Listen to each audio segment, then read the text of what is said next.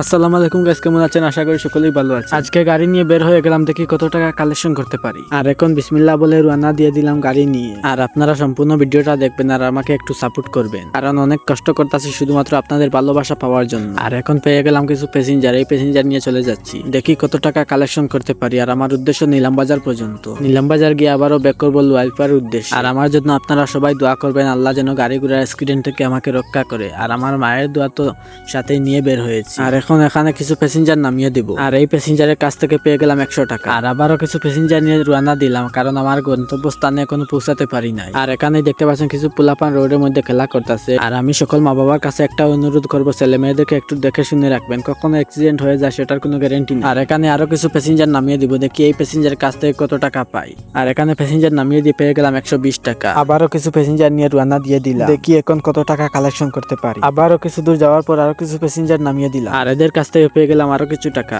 আর এখানে প্যাসেঞ্জার নামিয়ে দিয়ে রওনা দিলাম বাড়িতে যাওয়ার জন্য, কারণ আমার ব্যাটারি চার্জ শেষ হতে চলেছে। আর আজকের মোট কালেকশন হয়ে গেছে 700 টাকা। আর এখানে ভিডিওটা শেষ করলাম।